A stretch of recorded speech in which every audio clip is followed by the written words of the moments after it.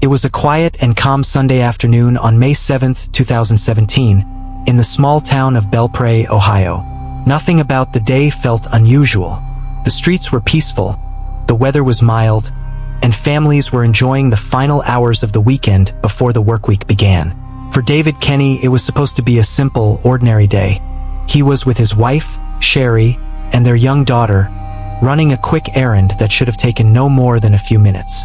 All they needed to do was return a weed trimmer to a close friend. But that short visit would turn into a discovery so disturbing that it would unravel secrets, lies, and a double life that no one saw coming. The friend they were visiting was Brad McGary, someone David considered family. Brad wasn't just a casual friend. He was deeply woven into their lives.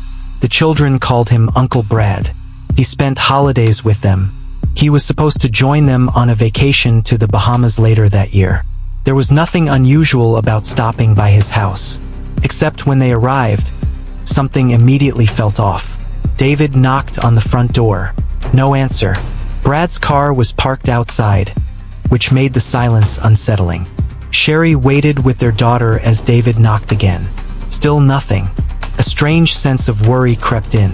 David decided to walk around to the back of the house. That's when he noticed the service door. It was slightly open.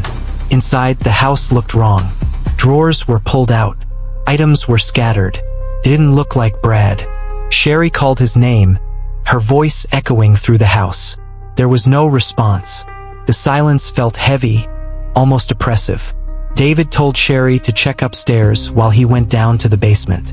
Seconds later, a scream pierced the house. Sherry rushed toward the basement and found her husband frozen in horror. On the basement floor lay Brad McGary, face down, motionless, surrounded by a pool of blood. He had been shot.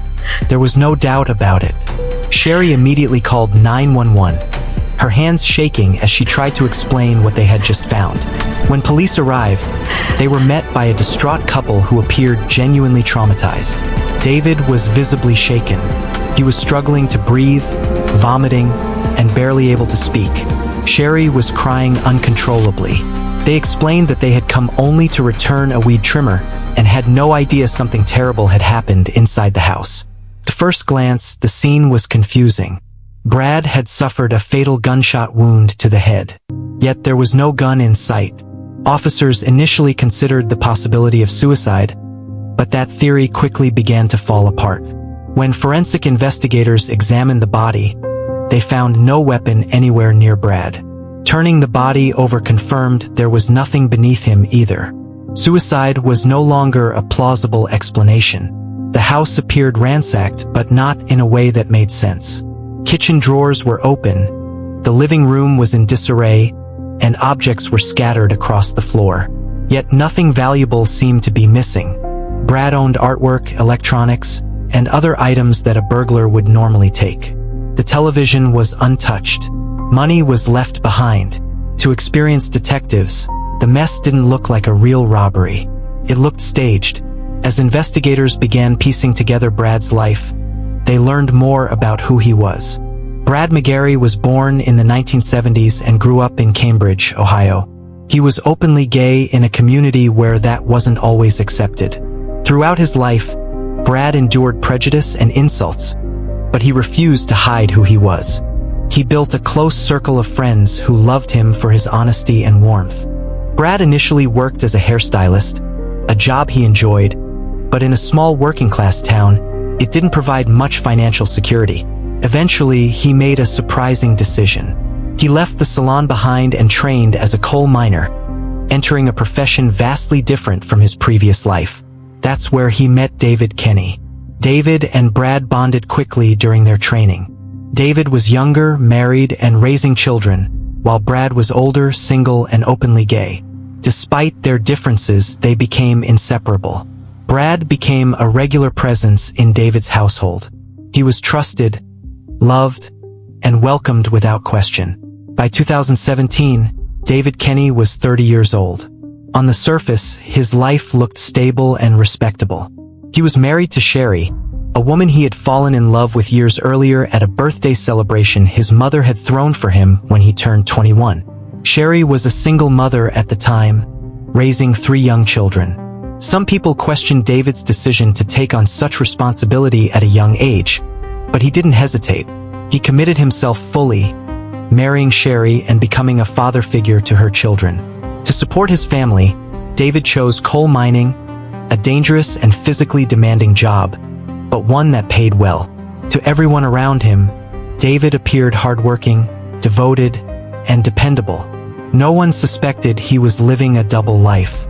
As police continued their investigation, they searched for anyone who might have wanted Brad dead. David and Sherry mentioned that Brad had recently ended a volatile relationship with a man named Scotty.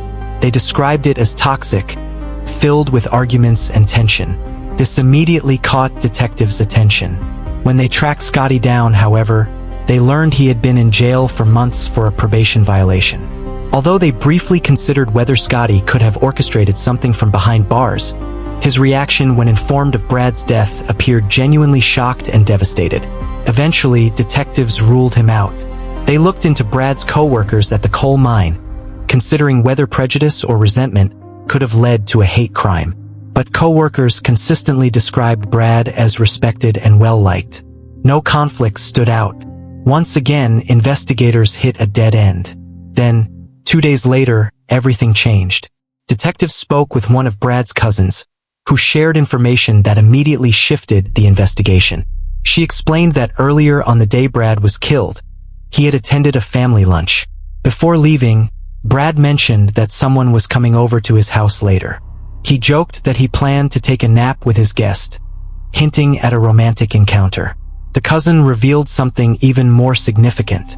Brad had confided that the man he was seeing was married and not out to his wife. At first, she was hesitant to say more, but under pressure from investigators, she finally revealed the name Brad had given her. The man went by the nickname DJ. When detectives asked who DJ really was, her answer stunned them. DJ was David Kenny, the same David who had discovered Brad's body, the same David who had brought his wife and daughter to the scene. Suddenly, everything fell into place. Detectives quickly obtained David's phone under the pretense of needing photos related to the case.